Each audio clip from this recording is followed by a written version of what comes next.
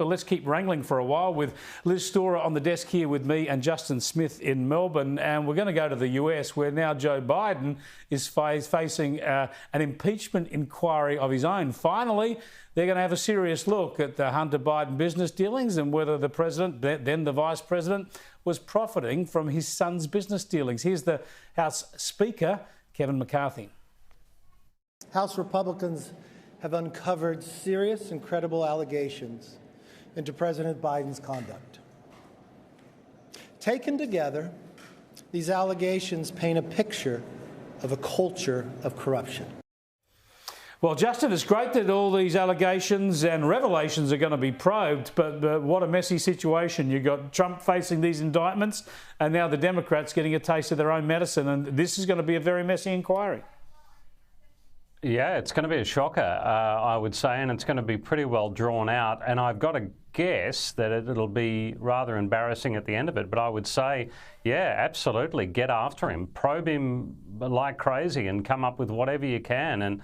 And if he's found to be guilty, get him out of there. But we've had these political parties in the US really have to wake up to themselves and start getting some decent candidates and promoting some decent people into these jobs. How the hell did Joe Biden get this close to the White House? Twice. This close. I mean, he's there.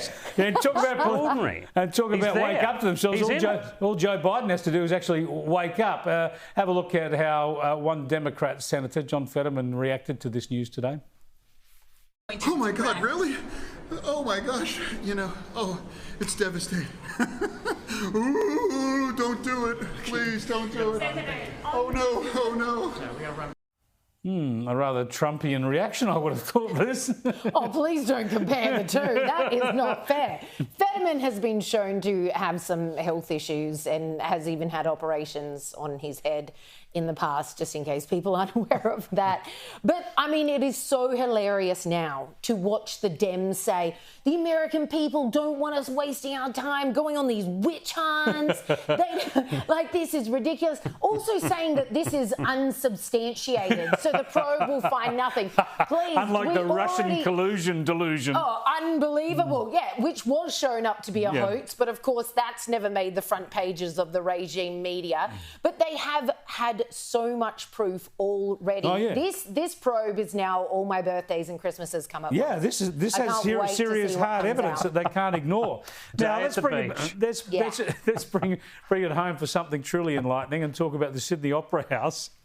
Now, Justin, it turns out Chris Minns' decision not to light up the Opera House for the King's coronation was political. Shock. It was shock. Not a cost-saving measure, but political.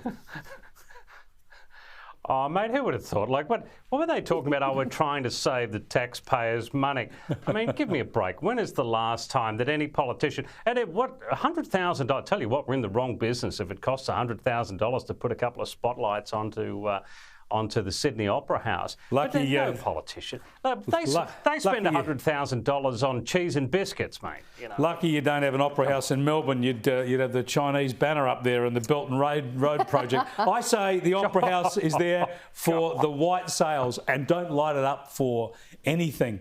Now, just before we let you go, I want to get your thoughts on this little episode of fashion, New York Fashion Week. Have a look at this bloke. This prankster just whacks on a plastic bag and joins the runway. It takes them a while for security to realise he is actually a prankster. But have a look at the audience. They don't think he's a prankster. They're all in on this. This might be the latest in fashion.